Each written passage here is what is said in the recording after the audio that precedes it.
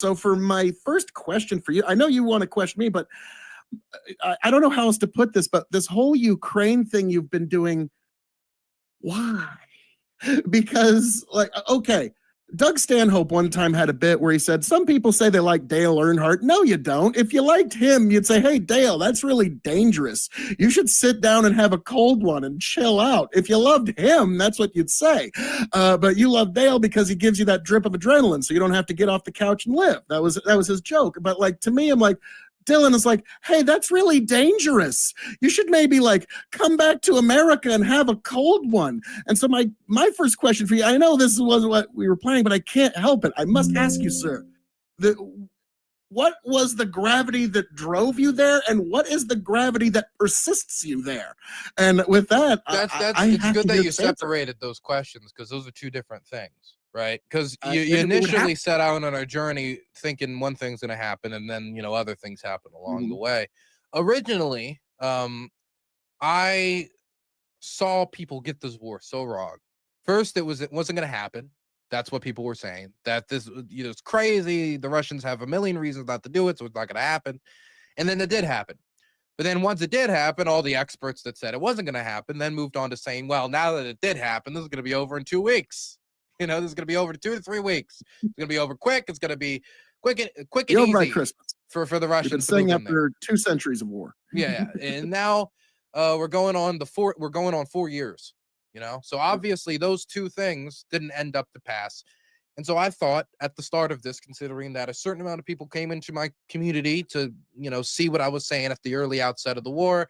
I always had an interest in foreign policy. I remember in late middle school, I was following the Syrian civil war day by day by going on social media accounts of the different militias to see if they had taken this village or that village. That stuff to me was fascinating. And so I was doing something similar to that, but now live in front of a large audience.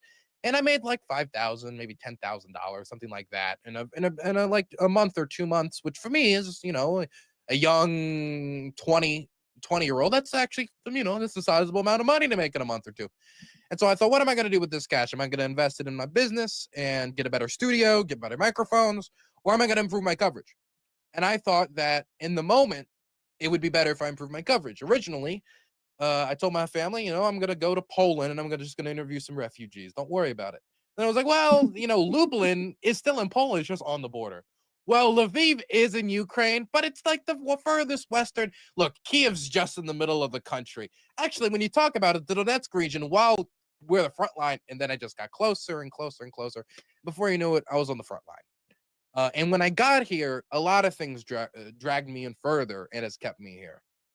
The first thing that has kept me here is that I was shocked by how many things I had been lied to about, or some things that have been oversimplified to such an extent that I thought it was necessary. That's now that I know this, I kind of feel like I have to tell people about it. For example, I was told constantly by both Russian state press and English speaking outlets in the West that the language divide between Russian speakers and Ukrainian speakers was like one of the key big issues here. That if you speak, like, this is a war that has to do with the language, and the Russian speakers want to break away, and the Ukrainian speakers are oppressing them, or that they're not oppressing them, but they have maybe different culture, or there would be some version of this story retold depending on your leanings, right?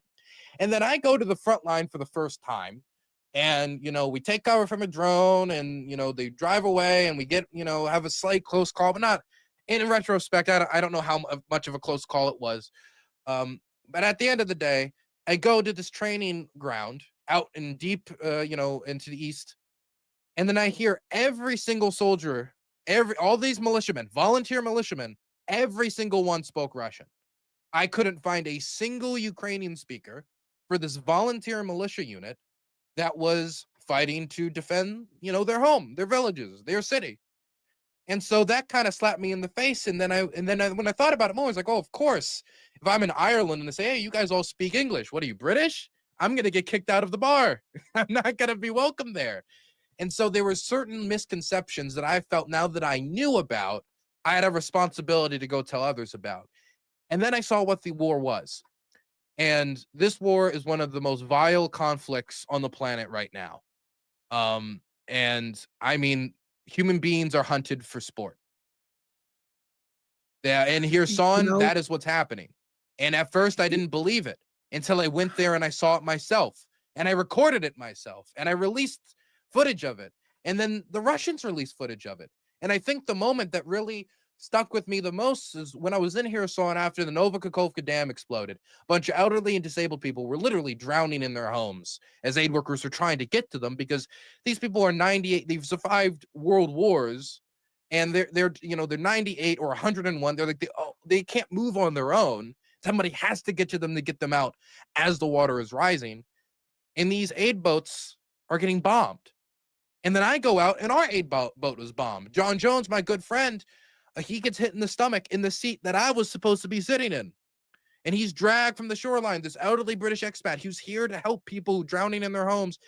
He has to be dragged back to a hospital in Odessa in order for him to, save his life, in order for him not to die. That dude's coming back, by the way, because he's crazy. And it seems like a lot of people seem to have this syndrome of being a little crazy when it comes to this war. And so seeing that type of violence, and then having like the Washington Post and these other outlets reach out to me because they don't have footage of it, because they're not sending their correspondents to these places because it's either too dangerous or they're relying on freelancers on the ground to come to them. And so I realized that these outlets don't spend the time and resources like they used to back in the day to put people with the Vietnam soldiers patrolling the jungle to show what it's like. They're taking the freelancers. And so I felt a certain historic responsibility to cover these war crimes and then make sure that they were documented, and that these different atrocities are documented and these different battles are documented as they happen from the experience, from the eyes of those who experience them, not from an overhead view on a map where it's just a bunch of fucking numbers, right? Which is how I feel a lot of times this ends up being treated. And then and this is like a lot of, I think, the historical meaning as to why I stayed here, some of the personal, but I also do have beliefs. And those beliefs have impacted my view of this. Well, I'm sorry I'm going a little bit, but no, this is yeah, I'm great. done. We haven't talked in forever. And so I believe in certain principles as, somebody who grew up in a liberal country. And I mean, and when I say liberal, I do not mean Democrat. I mean Yeah, liberal as in we believe in republicanism. We believe allowance. in a liberal style democracy where everyone can have their say, everyone can practice whatever religion they want. And Ukraine is a flawed democracy. They have problems with corruption. They have problems with, societal tensions and such. But hearing from Christians who have had their churches shut down again and again and again in occupied territory, there used to be 40 Protestant churches in Metropole, which is now occupied. There's none Mm, now. And hearing mm, stories like this again and again and again, because the Russians don't trust Baptists. They see Baptists as agents of the United States. The Russians don't trust churches that are not connected to the Russian Orthodox Church, which is headed by a man named Kirill, who said that if you go yeah, to Ukraine, you kill Ukrainians, you go to heaven, right? Patriarch of Moscow. Yeah. Yeah. So seeing that type of religious bigotry on the ground, and then looking back towards my country and seeing it getting very little coverage, I felt that even though I am not, I I have a I have this from one of the Christians we're actually interviewing recently, but I'm not a very religious man. But I still feel a compulsion to fight for the individual, not fight for, but document, talk about, give a platform to the individual rights of any man, regardless of their faith or leanings. And so I try to include in my documentaries the type of persecution Christians are going through, but also, of course, the lack of civil society that would replace what exists on the ground, on top of the fact that the Russians truly do not believe that Ukraine exists. They truly believe that the Ukrainian people as an entity are just a type of Russian, a little Russian, if you will. They're part of the Ruski Mir. The Ukrainian language is a bastardized version of Polish, that they don't deserve to exist in occupied territory. Ukrainian books are burned. Ukrainian street names are renamed.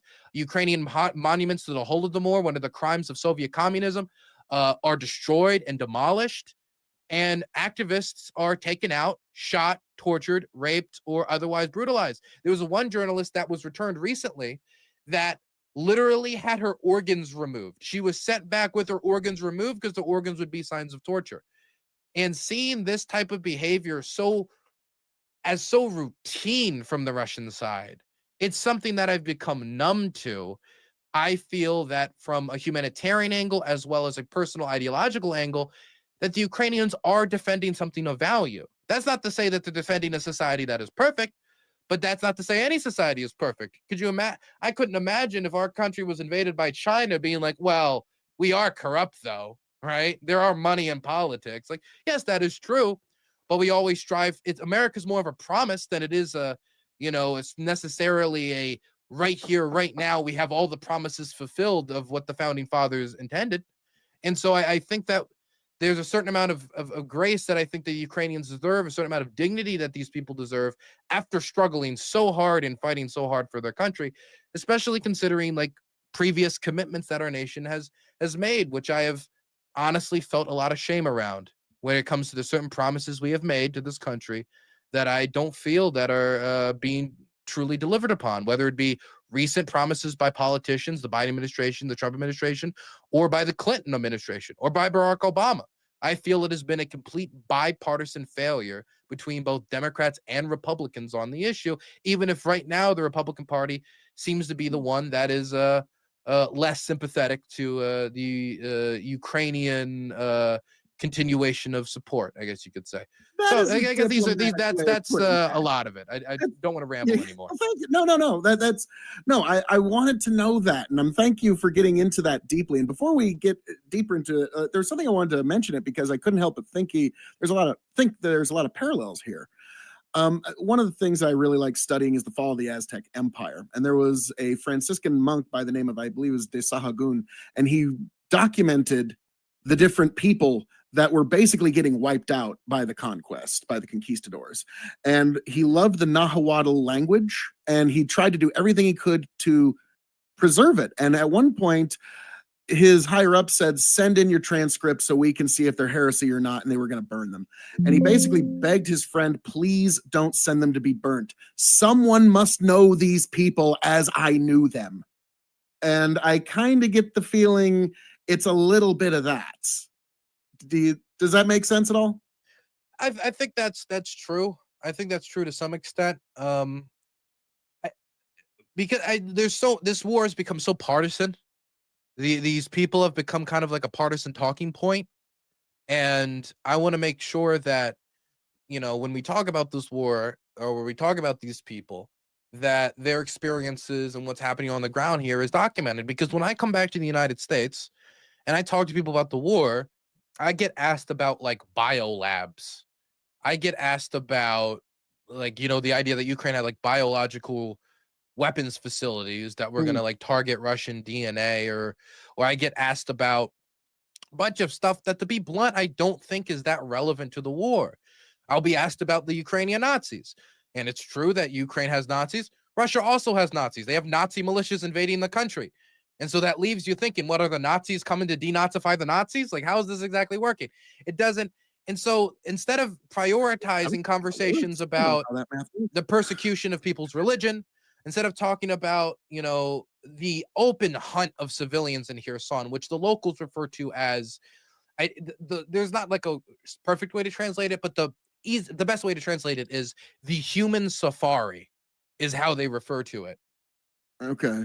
Okay. This is the stuff that I believe deserves more coverage. And so that's why I want to focus on it. A little